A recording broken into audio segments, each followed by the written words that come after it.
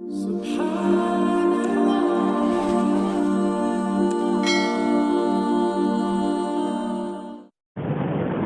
عليكم ورحمة الله وبركاته. إن الحمد لله نحمده ونستعينه ونستغفره ونؤمن به ونتوكل عليه ونعوذ بالله من شرور أنفسنا ومن سيئات أعمالنا. من يهد الله فلا مضل له ومن يضلل فلا هادي له. ونشهد أن لا إله إلا الله وحده لا شريك له ونشهد أن محمدا عبده ورسوله. وصلى الله وسلم على سيدنا محمد وعلى آله وأصحابه وأتباعه أجمعين. ما بعد، فقد قال الله تعالى في القرآن العظيم والفرقان المجيد: أعوذ بالله من الشيطان الرجيم. بسم الله الرحمن الرحيم.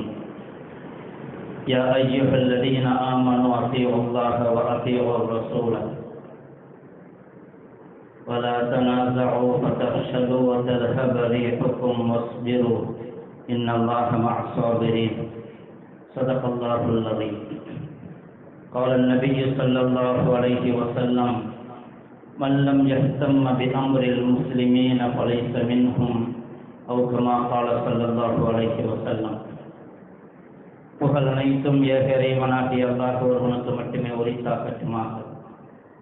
அல்லாஹினுடைய ஸலாத்தும் ஸலாமும் அன்பும் அருளும் நம் உயிரினும் மேலான முஹம்மது ரசூலுல்லாஹி ஸல்லல்லாஹு அலைஹி வஸல்லம் அவர்களின் மீதும் அன்னவர்களுடைய தோழர்கள், குடும்பத்தார்கள், அவர்களை பின்பற்றி வந்த தாபிஈன்கள், தபஉ தாபிஈன்கள், ஃபுகஹாக்கள், ஷுஹதாக்கள், நல்லவர்கள் நம் அனைவரின் மீதும் என்றென்றும் நின்று நடவட்டுமாக.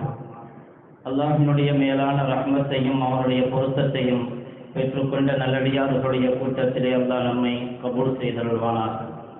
வாழும் காலமெல்லாம் நிம்மதியாகவும் ஆரோக்கியமாகவும் வாழக்கூடிய பெரும் பாக்கியத்தை அல்லாஹ் நம் அனைவருக்கும் தந்தருள்வானார். வாழ்க்கையின் எல்லா நிலைகளிலும் தக்குவா என்னும் இறையச்சத்தை எடுத்து நடப்பதற்கான சந்தர்ப்பங்களையும் சூழல்களையும் அல்லாஹ் நமக்கு ஏற்படுத்தி தந்தருள்வானார். கண்ணியத்திற்குரியவர்களே, தேசிய அளவிலும் சரி, சர்வதேச அளவிலும் சரி, முஸ்லிம்கள் ஒவ்வொரு நாளும் ஒரு பிரச்சனையை எதிர்கொண்டிருக்கிறார்கள். வரும் காலத்திலும் அப்படிப்பட்ட ஒரு நிலைதான் இருக்கும் என்பதை நாம் யூகிக்க முடிகிறது. ஒவ்வொரு நாளும் ஒரு பிரச்சனை, ஒவ்வொரு நாளும் ஒரு சர்ச்சை, ஒவ்வொரு நாளும் முஸ்லிம்கள் நிம்மதியாக இருக்கக்கூடாது, அவர்கள் வேறு எதை பற்றியும் சிந்திக்கக்கூடாது, தங்களுடைய மத ரீதியாக, தங்களை முன்னேற்றும் ரீதியாக, உலகியல் ரீதியாக, பொருளாதார ரீதியாக வேறு எதையும் அவர்கள் சிந்திக்கக்கூடாது என்பதற்காக பலவிதமான பிரச்சனைகளை எதிர்கொள்ள வைக்கிறார்கள். சர்வதேச அளவிலும் சரி, இன்று நடைபெற்றுக் கொண்டிருக்கக்கூடிய காசாவில் நடக்கக்கூடிய யுத்தம் முதற்கொண்டு போர் நிறுத்த ஒப்பந்தங்களை எல்லாம் தாண்டி வேண்டுமென்றே திட்டமிட்டு படுகொலை செய்யப்பட்டிருக்கிறது, ஒரு இன அழிப்பு செய்யப்பட்டு கொண்டிருக்கிறது. அதே போன்றுதான் நம்முடைய நாட்டிலும் கடந்த வாரம் தாக்கல் செய்யப்பட்டு சட்டமாக அங்கீகரிக்கப்பட்ட வக்ஃப் திருத்த சட்டம் நாம் அறிந்த ஒன்று. இதன் மூலமாக நாம் என்ன படிப்பினை பெற வேண்டும்? பொதுவாக எல்லா பிரச்சனைகளுக்கும் அடிப்படையான தீர்வு இருக்கிறது, அது குர்ஆனின் மூலமாக பெறக்கூடிய தீர்வு மட்டும்தான். நம்முடைய வாழ்க்கையில் குர்ஆனுடைய அடிப்படையில், ஈமான் இஸ்லாத்தினுடைய அடிப்படையில் நம்முடைய வாழ்க்கையை முழுமையாக அமைப்பது கொண்டு மட்டும்தான் எல்லா பிரச்சனைகளுக்குமான தீர்வை நாம் எதிர்கொள்ள முடியும், சந்திக்க முடியும். அதே சமயத்தில் நமக்கு எதிராக வரக்கூடிய பிரச்சனைகளை அரசியல் ரீதியாக, ஜனநாயக ரீதியாக எதிர்கொள்ள வேண்டிய கட்டாயத்திலும் இருக்கிறோம். அதையும் மார்க்கம் அங்கீகரித்திருக்கிறது, அதையும் மார்க்கம் வலியுறுத்தியும் இருக்கிறது. இந்த வக்ஃப் திருத்த சட்டத்தின் மூலமாக என்ன பாதிப்புகள்? பொதுவாக சமுதாயத்தில் எல்லாவற்றுக்கும் மேலாக அல்லாஹ் குர்ஆனிலே சொல்லுவான், அல்லாஹ்வுக்கு வழிபடுங்கள், இறை தூதருக்கு வழிபடுங்கள், வலா தனாஸஉ, நீங்கள் ஒருவருக்கொருவர் கருத்து வேறுபட்டுக் கொள்ளாதீர்கள். உங்களுக்கு மத்தியில் ஏற்படக்கூடிய சர்ச்சையும் சண்டையும் ஃபதஃஷலு, உங்களை பலகீனமாக்கிவிடும், கோழைகளாக்கிவிடும், உங்களுடைய பலமெல்லாம் குன்றி போய்விடும். ஆனால் இன்று சமுதாயத்திலே இல்லாத ஒன்று அதுதான். ஒற்றுமை என்பது ஒரு போராட்டம் என்று எடுத்துக்கொண்டால் கூட இது தேவையா இல்லையா என்பதை பற்றிய சர்ச்சை. இது இப்படித்தான் செய்ய வேண்டுமா, அப்படித்தான் செய்ய வேண்டுமா, இது போன்ற விமர்சனங்கள். ஒரு தலைமைக்கு கட்டுப்படாத ஒரு நிலை. யார் என்ன சொன்னாலும் பரவாயில்லை என்று நமக்கென்று ஒவ்வொருத்தங்களுக்கும் ஒரு கருத்து, ஒரு ஐடியா, அந்த ஐடியாவை தான் முன்வைப்பார்கள். அப்படிப்பட்ட ஒரு சூழல் நிலவும் பொழுது நாம் எதையும் சாதிக்கப் போவதில்லை, சாதிக்க முடியவும் முடியாது. அப்படிப்பட்ட ஒரு காலகட்டத்தில் தான் இருக்கிறோம். இந்த கருத்தொற்றுமை எதிலும் சரி, கருத்தொற்றுமை ஏற்படாத வரை இந்த சண்டை சச்சரவுகள், பிரச்சனைகள், பிளவுகள் இருக்கும் வரையிலும் நம்முடைய பலம் என்பது குன்றித்தான் போகும். இது குர்ஆனுடைய வாக்கு. ஃபதஃப்ஷலு வதல்ஹப ரீஹுக்கும், உங்களுடைய பலம் எல்லாம் குன்றி போய்விடும், நீங்கள் கோழைகளாகி போய்விடுவீர்கள். இந்த சட்டம் என்ன? சில பேர் இந்த சட்டத்தை ஆதரிப்பவர்களும் உண்டு. முத்தலாக் சட்டத்தையும் முஸ்லிம்களில் சிலர் ஆதரித்தார்கள், இந்த சட்டத்தையும் முஸ்லிம்களில் சிலர் ஆதரிக்கிறார்கள். ஏனென்றால் வக்ஃபு வாரியத்தை ஒழுங்காக செயல்படுத்துவதில்லை, வக்ஃபு சொத்தை அடித்துக் கொள்கிறார்கள். அதை நிர்வகிப்பதற்குத்தான் அரசாங்கம் தலையிடுகிறது என்றால் ஏற்கனவே அரசாங்கம் தலையிட்டுக் கொண்டுதான் இருக்கிறது. வக்ஃபு வாரியம் என்பது அரசாங்கம் சார்ந்தது, வக்ஃபு சட்டம் என்பது அரசாங்கம் இயற்றிய சட்டம் தான். அதில் இன்று மட்டுமல்ல, ஆரம்ப காலம் முதற்கொண்டு அரசாங்கத்தினுடைய கையில் தான் இருக்கிறது. அதில் குறை இருந்தால் அதை சரி செய்ய வேண்டுமே தவிர, முஸ்லிம்களே அதை தவறு செய்தால் கூட அதை சரி செய்ய வேண்டுமே தவிர, ஆனால் முஸ்லிம்களுடைய சொத்துக்களை அபகரிப்பதற்காக திட்டமிட்டு உருவாக்கப்பட்ட சட்டத்தை கொண்டு வரக்கூடாது. ஏறத்தாழ 100க்கும் அதிகமான திருத்தங்கள் 1995ஆம் ஆண்டில் வக்ஃபு சட்டம் நடைமுறைப்படுத்தப்பட்டது. அந்த சட்டத்திலிருந்து ஏறத்தாழ 100க்கும் அதிகமான திருத்தங்கள், மாற்றங்கள் என்று சொன்னால் அந்த சட்டம் அப்படியே சிதைக்கப்பட்டிருக்கிறது என்றுதான் அர்த்தம். 1995ஆம் ஆண்டினுடைய சட்டத்தின்படி ஒரு இடம் வக்ஃபு என்று அறியப்பட்டு அது வக்ஃபாக உபயோகிக்கப்பட்டு கொண்டிருந்தால், காலம் காலமாக அது மஸ்ஜிதாக இருக்கிறது, மதரசாவாக இருக்கிறது, வக்ஃபு நிலமாக அறியப்பட்டிருக்கிறது, வக்ஃபாக இருக்கிறது என்று சொன்னால் அதற்கு பதிவேடுகளை தேடக்கூடாது, கேட்கவும் கூடாது.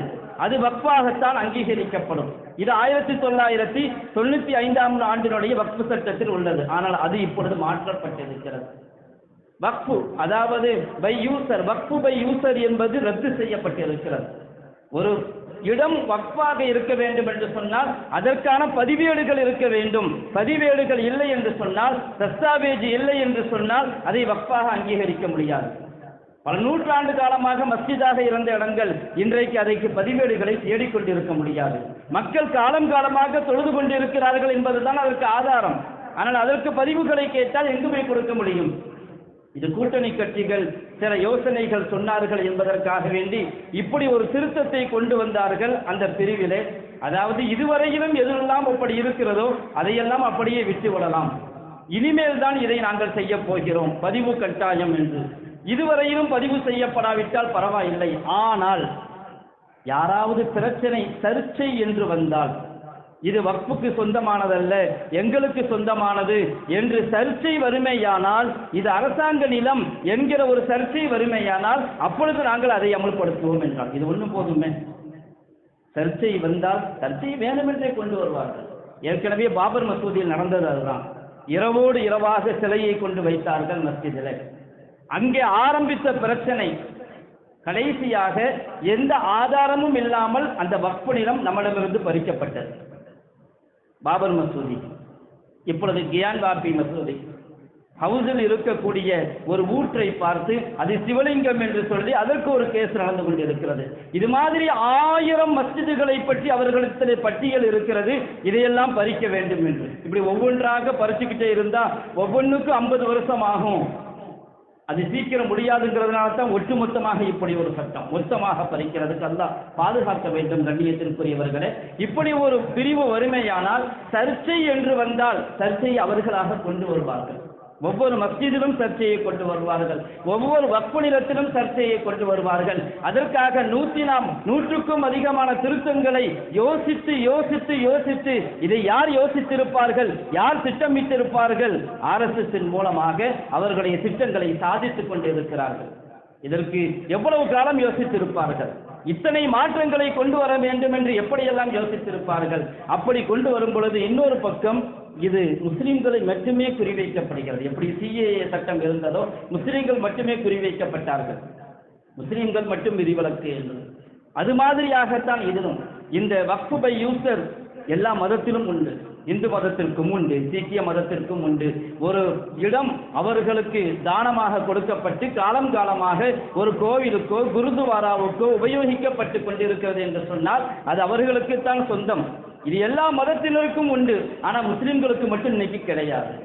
முஸ்லிம்களை மட்டும் பிரிக்கப்படுகிறார்கள் அதிலிருந்து. இப்படி ஒரு பிரிவுகள்.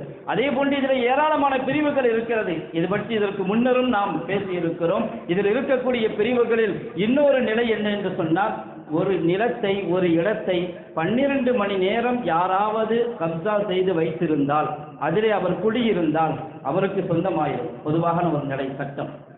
12 வருடத்திற்கும் அதிகமாக ஒருவர் இடத்திலே குடியிருக்கிறார், அதை தன்னுடைய கட்டுப்பாட்டில் வைத்திருக்கிறார் என்று சொன்னால் அது அவருக்கு சொந்தம். ஆனால் 1995ஆம் ஆண்டினுடைய வக்ஃபு சட்டத்தின்படி இது விதிவிலக்கு. இந்த சட்டத்திலிருந்து வக்ஃபு சொத்துக்களுக்கு விதிவிலக்கு. வக்ஃபு சொத்துக்களுக்கு மட்டுமல்ல, எல்லா மதத்தினுடைய சர்ச்சாக இருக்கட்டும், கோவிலாக இருக்கட்டும், எல்லாவற்றுக்கும் விதிவிலக்கு அளிக்கப்பட்டிருந்தது. 1995 வக்ஃபுனுடைய சட்டத்திலும் முஸ்லிம்களை வக்ஃபு சொத்துக்களுக்கும் இது விதிவிலக்காக இருந்தது. 12 வருடம் கைப்பற்றி இருந்தாலும் சரி, தக்க ஆதாரம் இல்லாமல் அது வக்ஃபு சொத்தாக ஆகத்தான் இருக்குமே தவிர அதை அபகரிக்க முடியாது. நாங்கள் 15 வருஷம் குடியிருந்துட்டோம், அது எங்களுக்கு சொந்தம் என்று வக்ஃபு சொத்து விஷயத்திலே சொல்ல முடியாது. முஸ்லிம்களுக்கும் அப்படித்தான் இருந்தது, மற்ற மதத்தினர்களுக்கும் இன்றும் அப்படித்தான் இருக்கிறது. ஆனால் அதிலே இந்த சட்டம் திருத்தத்தை கொண்டு வந்திருக்கிறது. 12 வருடம் தங்களுடைய கட்டுப்பாட்டில் வைத்திருந்தால் அது வக்ஃபு சொத்தாக இருக்காது. இதுவெல்லாம் என்ன காரணம், என்ன நோக்கம்? வக்ஃபை நம்மிடமிருந்து பறிப்பதை தவிர வேற என்ன நோக்கமாக இருக்கும்? 12 வருஷம் அவங்க கையில் வச்சிருந்தாங்கன்னா அது வக்ஃபுங்கிற நிலையை விட்டு மாறி போய்விடும். இப்படி பல அம்சங்கள் இதில் இருக்கிறது. இது நம்முடைய வக்ஃபு சொத்துக்களை கொஞ்சம் கொஞ்சமாக காலப்போக்கில் இது ஒரு பெரிய நஷ்டத்தை கொண்டு வந்து சேர்க்கும். அல்லாஹ் பாதுகாக்க வேண்டும். இதில் விழிப்புணர்வு இல்லை என்று சொன்னால் இதை நாம் எப்படியாவது இந்த சட்டத்தை திரும்ப பெற வைக்கவில்லையானால், 2014 இந்த அரசு ஆட்சிக்கு வந்ததிலிருந்து ஏராளமான சட்டங்களை திரும்ப பெற்று இருக்கிறது. இதை திரும்ப பெறுவது ஒன்றும் சாத்தியமில்லாததில்லை. ஆனாலும் திரும்ப பெறுவார்களா அல்லது இதனுடைய எதிர்காலம் எப்படி இருக்கும்? காலம்தான் பதில் சொல்ல வேண்டும். அல்லாஹ் காத்தருள வேண்டும். இதுபோன்று ஏராளமான விஷயங்கள். அதே போன்று முஸ்லிம்களாகட்டும் அல்லது முஸ்லிம் அல்லாதவர்களாகட்டும் அவங்களுடைய வணக்கஸ்தலங்களுக்கு வக்ஃபு செய்வது காலம் காலமாக இந்த நாட்டிலே நடைமுறையில் இருந்தது. முஸ்லிம்களும் ஆட்சி செய்திருக்கிறார்கள் இந்த நாட்டில், முஸ்லிம் அல்லாதவர்களும் ஆட்சி செய்திருக்கிறார்கள். முஸ்லிம்கள் ஆட்சி செய்யும் பொழுது அவர்கள் மஸ்ஜிதுகளுக்கும் முஸ்லிம்களுக்கும் வக்ஃபு செய்திருக்கிறார்கள், கோவில்களுக்கும் வக்ஃபு செய்திருக்கிறார்கள், கோவில்களுக்கும் தானமாக நிலங்களை கொடுத்திருக்கிறார்கள், சர்ச்சுகளுக்கும் கொடுத்திருக்கிறார்கள், எல்லா மதத்தவர்களுக்கும் கொடுத்திருக்கிறார்கள். அதே போன்றுதான் முஸ்லிம் அல்லாதவர்கள் ஆட்சி செய்யும் பொழுது அவர்களும் தங்களுடைய மதத்தை சார்ந்த வழிபாட்டு தலங்களுக்கும் சரி, மற்ற மதங்களுடைய வழிபாட்டு தலங்களுக்கும் முஸ்லிம்களுடைய வழிபாட்டு தலங்களுக்கும் வக்ஃபு செய்திருக்கிறார்கள். இது காலங்காலமாக நடைமுறையில் இருக்கக்கூடிய ஒன்று. இது எல்லாரும் அறிந்த ஒன்று. இதற்கு வரலாறு மிகப்பெரிய சான்று. அவுரங்கசீபை பற்றி ஏராளமான குற்றச்சாட்டுகள் வைக்கலாம். ஆனால் அவுரங்கசீபின் மீது நியாயமான குற்றச்சாட்டுகள் எதுவும் அல்ல. ஏதாவது தவறு நடந்திருந்தால் அது அரசியல் ரீதியானதே தவிர மத ரீதியானது கட்டாயம் ஒன்றுமே கிடையாது. அதற்கு ஏராளமான ஆதாரங்கள் உண்டு. அதிலே அவுரங்கசீபும் கூட முஸ்லிம்களுக்கு மட்டும் வக்ஃபு செய்யவில்லை, எல்லா மதத்தவர்களுக்கும் வக்ஃபு செய்திருக்கிறார். எல்லா மதத்தவர்களுக்கும் தானமாக கொடுத்திருக்கிறார். ஹரியானாவுக்கு பக்கத்திலே இன்றும் அதற்கான பதிவேடுகள் இருக்கிறது. தஸ்தாவேஜுகள் இன்றும் பாதுகாக்கப்பட்டிருக்கிறது. அவுரங்கசீபின் மூலமாக கோயிலுக்கு தானமாக வழங்கப்பட்ட நிலங்கள் பதிவேடுகள் உண்டு. புத்த கயாவிலே பௌத்த மதத்திற்கு அவுரங்கசீபின் மூலமாக தானமாக வழங்கப்பட்ட பதிவேடுகள் இன்றும் இருக்கிறது. இது மாதிரி ஏராளமான இடங்களை திப்பு சுல்தான் கோயிலுக்கும் கொடுத்திருக்கிறார். அதே போன்று முஸ்லிம்களுக்கும் கொடுத்திருக்கிறார். முஸ்லிம் ஆகட்டும் முஸ்லிம் அல்லாதவர்களாகட்டும் அவர்கள் கோவிலுக்கும் தங்களுடைய வழிபாட்டு தலங்களுக்கும் தானமாக வழங்கியிருக்கிறார்கள், மற்ற வழிபாட்டு தலங்களுக்கும் தானமாக வழங்கியிருக்கிறார்கள்.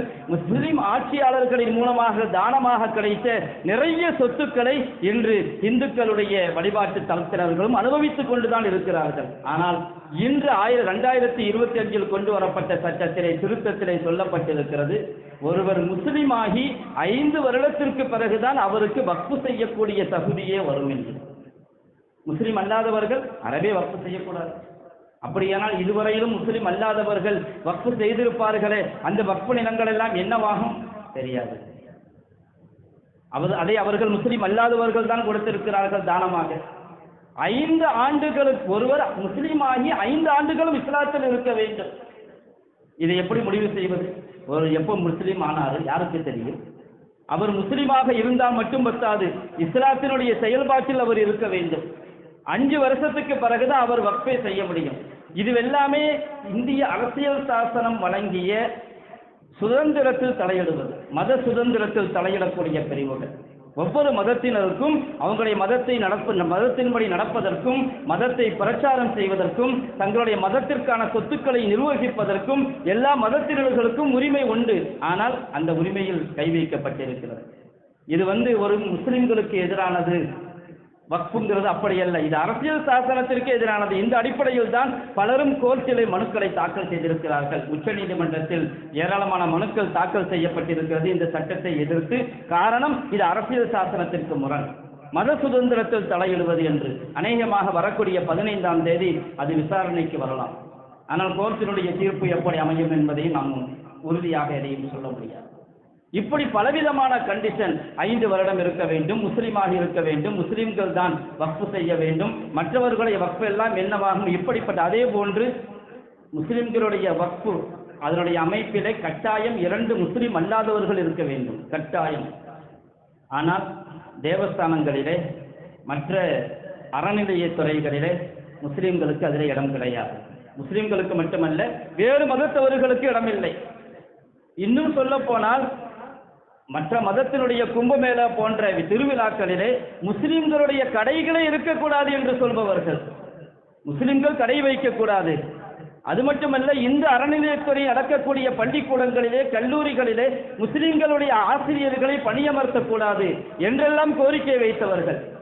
இப்படியான கோரிக்கை வைத்தவர்கள் எப்படி வக்ஃபோர்டிலே, முஸ்லிம்களுடைய வக்ஃபு நிர்வாகத்திலே முஸ்லிம் அல்லாதவர்கள் கட்டாயம் இருந்தாக வேண்டும் என்று எப்படி சொல்ல முடியும்? முஸ்லிம்களை விட்டு மற்றவர்களை கொண்டு வந்தால் இதுவெல்லாம் இதனுடைய பின்னணியில என்ன இருக்கிறது சிஸ்டம்? இதன் மூலமாக எத்தனை வக்ஃபு சொத்துக்களை நாம் இழக்கப் போகிறோம் என்று தெரியவில்லை. சரித்திரங்கள் சான்று உலகத்தினுடைய பல இடங்களில் சோதனைகளை முஸ்லிம்கள் அனுபவித்திருக்கிறார்கள். ஆனால் நம்ம நாட்டினுடைய நிலையிலும் போக போக அதே ஒரு இக்கட்டான ஒரு சூழலை நோக்கி செல்கிறதோ என்கிற ஒரு சந்தேகத்தை ஏற்படுத்துகிறது. இந்த சட்டம் தாக்கல் செய்யப்படுவதற்கு கடந்த வாரம் அடுத்தடுத்து பாராளுமன்றத்திலும் மேல் சபையிலும் ஒரு பெரிய எதிர்ப்புக்கு மத்தியில் தான், அதாவது ஆதரித்து வாக்களித்தவர்கள் 288, எதிர்த்து வாக்களித்தவர்கள் 232. இது ஒரு சாதாரண எண்ணிக்கை அல்ல, ஒரு பெரிய எதிர்ப்பு. அதே போன்று மேல் சபையிலும் அப்படித்தான். ஆதரித்து வாக்களித்தவர்கள் 128, எதிர்த்து வாக்களித்தவர்கள் 95. இதுவும் ஒரு சாதாரண எண்ணிக்கை அல்ல, ஒரு பெரிய எண்ணிக்கை எதிர்க்கிறது. அதிலும் குறிப்பாக பெரிய நீண்ட நேரம் விவாதம் நடந்திருக்கிறது. எதிர்க்கட்சிகள் பலமான சான்றுகளையும் ஆதாரங்களையும் வைத்திருக்கிறார்கள். உண்மையிலேயே யார் இதை ஆதரித்து இந்த சட்டத்துக்கு எதிராக வாதாடினார்களோ நாம் அவர்களுக்கு நன்றியை தெரிவித்துக் கொள்ள கடமைப்பட்டிருக்கிறோம். ஒரு பக்கம் அது ஒரு அரசியல். இன்னைக்கு அரசியலில் துரோகம் இல்லாமல் இல்லை. 2 மாநிலத்தை சார்ந்தவர்கள், ஆந்திர பிரதேசம் அதே போன்று பீகாரை சார்ந்தவர்கள், முஸ்லிம்கள் இஃப்தார் விருந்திலே தொப்பி போட்டு வந்தவர்கள் தான் இன்று முஸ்லிம்களுக்கு எதிராக வக்ஃபு சட்டத்துக்கு எதிராக ஆதரித்து வாக்களித்திருக்கிறார்கள். அரசியல் என்பது இன்று ஆதரவு செய்வார்கள், நாளைக்கு எதிர்க்கலாம். இன்றைக்கு கூட இருப்பவர்கள் நாளைக்கு குடிபறிக்கலாம், துரோகம் செய்யலாம், துரோகிகளாக மாறலாம். சூழ்நிலை எப்படி மாறும் என்று தெரியாது. நாம் யாரையும் நம்பி இருக்க முடியாது. நம்முடைய சட்டங்களை, நம்முடைய சரியத்தை பாதுகாப்பதற்கு நாம் தான் பொறுப்பு. குர்ஆனை நாமே இறக்கி வைத்தோம், நாமே பாதுகாப்போம் என்று அல்லாஹ் சொல்கிறான் என்று சொன்னால், அல்லாஹ் பாதுகாக்கிறான் என்று சொன்னால் முஸ்லிம்களின் மூலமாகத்தான். நாம் தான் அதற்கு முன் வர வேண்டும். வேறு யாரையும் நம்பி எதுவும் ஆகப் போவதில்லை. பலவிதமான விவாதங்கள் நடந்துச்சு. ஒரு சீக்கிய எம்பி சொன்னார், நான் என்னுடைய ஊரில் முஸ்லீம்களுக்கு அடக்க ஸ்தலத்துக்கு இடம் இல்லைன்னு சொன்னா நான் ஒரு கபிரிஸ்தான் அடக்க ஸ்தலத்தை இடத்தை கொடுக்க விரும்புகிறேன், அதை தடுக்கிறதுக்கு நீங்க யாருன்னு கேட்டார். அதை எப்படி நீங்க தடுக்க முடியும் என்று. இப்படியான கேள்விகள், ஏன் இஷ்டம், என்னுடைய உரிமை, நீங்கள் கொடுக்க கூடாது என்று சொல்வதற்கு என்ன தைரியம், என்ன உரிமை இருக்கிறது? எதையும் காதில் வாங்கிக் கொள்ளவில்லை. அது சட்டமாக அங்கீகரிக்கப்பட்டது, ஜனாதிபதியினுடைய கையெழுத்தும் ஆகிவிட்டது. ஒரு நேரம் எப்படி இருந்தது, நாடு பிரிவினையானது. நாம் விரும்பவில்லை நாடு பிரிவினையை. பாகிஸ்தான் தனியாகி போனது. நாடு பிரிவினை தான் ஒரு பெரிய நஷ்டம் என்று. இன்றும் எல்லாம் அகண்ட பாரதம் என்று சொல்கிறார்களே, சாத்தியப்பட்டால் அதை செய்தால் நமக்கு ஆட்சேபனையே கிடையாது. அகண்ட பாரதமாக இருக்கட்டும், நம்முடைய நாடு எவ்வளவு விரிவாக இருந்தாலும் பரவாயில்லை. ஆனால் பிரிவினை என்று வரும் பொழுதுதான் பல பிரச்சனைகள். முஸ்லிம்கள் இங்கிருந்து சில பேர் பாகிஸ்தானை நோக்கி சென்றார்கள். அந்த சமயத்திலே உலமாக்கள் சொன்னார்கள், நீங்கள் இங்கிருந்து செல்லாதீர்கள், உங்களுடைய பூமி இங்கேயே இருங்கள், அங்கிருப்பவர்கள் அங்கிருக்கட்டும், இங்கிருப்பவர்கள் இங்கேயே இருங்கள், இது உங்களுடைய பூமி, உங்களுடைய கலாச்சாரம் இந்த நாட்டிலே புதைந்து கிடக்கிறது, இந்த நாடு முழுக்க முஸ்லிம்களுடைய அடையாளம் இருக்கிறது, முஸ்லிம்களுடைய தியாகம் இருக்கிறது, உங்க தியாகத்தை விட்டுட்டு உங்களுடைய அடையாள சின்னத்தை விட்டுட்டு இங்க போறீங்கன்னு கேட்டாங்க. மௌலானா அபுல் கலாம் ஆசாத் பேசினார் ஜாமியா மஸ்ஜிதிலே. ஜாமியா மஸ்ஜிதுடைய மினாராக்கள் கேட்கிறது உங்களிடத்திலே, நீங்கள் ஏன் போகிறீர்கள் பாகிஸ்தானை நோக்கி? இந்த மினாராக்கள் உங்களிடத்திலே கேட்கிறது, இந்திய கலாச்சாரத்தை விட்டுவிட்டு இந்தியாவில் இருக்கக்கூடிய இஸ்லாமிய அடையாளங்களை விட்டுவிட்டு நீங்கள் எப்படி செல்வீர்கள்? போகக்கூடியவர்கள் எல்லாம் தடுத்து நிறுத்தினார்கள். நீங்கள் இந்த நாட்டின் மைதர்கள், இந்த நாட்டின் சொந்தக்காரர்கள் என்று தடுத்து நிறுத்தி அவர்களை இந்த நாட்டில் வாழ வைத்தார்கள். ஆனால் இன்னைக்கு இந்த நாட்டுக்கு இவங்க வேஸ்ட்ன்னு காட்டப்படுறாங்க. முஸ்லிம்கள் இந்த நாட்டுக்கு தேவையில்லை, ஒரு வேஸ்ட் லக்கேஜ், அது மாதிரியான ஒரு கற்பனையை உருவாக்குகிறார்கள். நம்முடைய வேலை முதலாவது நமக்கு மத்தியில் ஒற்றுமை இருக்க வேண்டும், இரண்டாவது எல்லோரையும் ஒன்றிணைக்க வேண்டும். எல்லோரும் நமக்கு எதிரிகள் அல்ல, அரசாங்கத்திற்கு எதிர்த்து தான் போராட வேண்டுமே தவிர மக்களுக்கோ அல்லது எந்த மதத்தினருக்கோ எதிரானதல்ல. எல்லா மதத்திலும் இணக்கமானவர்கள் இருக்கிறார்கள். ஏதோ கொஞ்ச நபர் எதிராக இருக்கலாம். இந்த வருடம் கூட ஊபியிலே பல இடங்களில் முஸ்லிம்கள் ஈதுகாவுக்கு செல்லும் பொழுது பூக்களை தூவினார்கள், பூமழை பொழிந்தார்கள், தங்களுடைய அன்பை வெளிப்படுத்தினார்கள். இப்படி அன்பை வெளிப்படுத்தக்கூடிய மக்கள் இன்னைக்கும் இந்த நாட்டிலே இருக்கிறார்கள். நாம் அன்பை வளர்க்க வேண்டும், எல்லா மதத்தவர்களையும் ஒன்றிணைக்க வேண்டும், நாம் ஒற்றுமையாக வேண்டும். முதலாவது மற்றவர்களையும் நம்மோடு இணைக்க வேண்டும். இந்த நாட்டினுடைய வளர்ச்சிக்காக நாம் பாடுபட வேண்டும். இந்த நாட்டினுடைய முன்னேற்றத்திற்காக, இந்த நாட்டினுடைய அரசியல் சாசனத்தை பாதுகாப்பதற்காக ஒன்றிணைந்து நாம் இங்கே செல்லும் போதுதான் ஒரு நல்ல நிலையை இங்கே உருவாக்க முடியும். முஸ்லிம் பிரஸ்னா போல் இதற்காக ஒரு பெரிய ஏற்பாட்டை செய்திருக்கிறது. அது தொடர்படியான வக்ஃபு பாதுகாப்பு பிரச்சாரத்தை தொடங்கி இருக்கிறது. முதலாவது கட்டமாக ஏப்ரல் 10ஆம் தேதியிலிருந்து ஜூலை 7ஆம் தேதி வரையிலும் நிர்ணயம் செய்திருக்கிறது.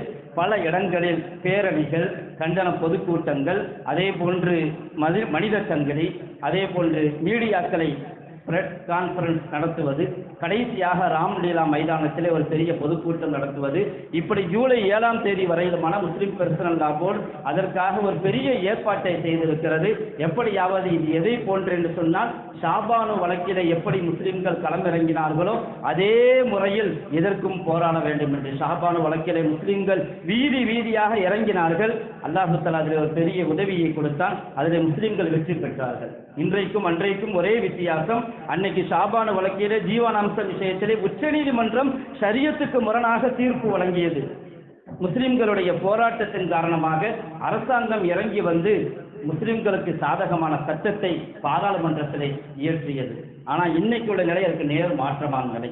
அரசாங்கம் நாம் சொல்வதை காது கொடுத்து கேட்கக்கூடிய அரசாங்கம் இன்று இருக்கிறதா என்று தெரியவில்லை. அன்று அப்படிப்பட்ட ஒரு அரசாங்கம் இருந்தது. அவர்கள் ஏற்றுக்கொண்டார்கள், கேட்டார்கள். இருந்தாலும் முஸ்லிம்களுடைய பொறுப்பு தங்களுடைய வக்ஃபை பாதுகாப்பதற்கு நமக்குள்ளே 1000 குறைகள் உண்டு, 1000 தவறுகள் உண்டு. முஸ்லிம்களை நாம் அத்தனை பேரும் சுத்தமானவர்கள் என்று சொல்ல முடியாது. நாம் அதை சரி செய்ய வேண்டும் கட்டாயம். அதே சமயத்தில் இந்த சட்டத்தை கண்டுகொள்ளாமலும் இருக்க முடியாது. இதற்கான நம்மால் இயன்ற அளவுக்கு என்ன செய்ய வேண்டும் அதை செய்ய வேண்டும் என்பதற்காகத்தான் தமிழ்நாடு மாநில ஜமாஅத் உலமா சார்பாக வருகிற ஞாயிற்றுக்கிழமை 13ஆம் தேதி மாலையில் ஒரு பெரிய கண்டன பொதுக்கூட்டத்திற்கு எல்லா மாவட்டத்திலும் ஏற்பாடு செய்யப்பட்டிருக்கிறது. நம்முடைய திண்டுக்கல்லிலும் ஏற்பாடு செய்யப்பட்டிருக்கிறது. இதிலே அனைத்து தரப்பை சார்ந்த முஸ்லிம்கள், முஸ்லிம் அல்லாதவர்கள் எல்லோரையும் இணைப்பதற்கு முயற்சிக்க வேண்டும். இதை அரசியல் சாசனத்தை பாதுகாக்க வேண்டிய ஒரு இக்கட்டான சூழல் என்பதன் காரணமாக முஸ்லிம்களுடைய வக்ஃபினுடைய உரிமையை பாதுகாக்க வேண்டும் என்பதற்காக அதில் நாம் முழுமையாக பங்கெடுத்துக் கொள்ள வேண்டும். அல்லாஹ் தௌஃபீக் செய்தல்வானாக. நம்மை அல்லாஹுக்கும் அல்லாஹுடைய ரசூல் ஸல்லல்லாஹு அலைஹி வஸல்லம் அவர்கள் காட்டி தந்த வழியில் நடப்பதற்கு முதலாவது அல்லாஹ் பாக்கியத்தை கொடுத்தல்வானாக. இந்த நாட்டில் ஏற்படக்கூடிய எல்லா பிரச்சனைகளிலிருந்து இந்த சமுதாயத்தை பாதுகாத்தல்வானாக.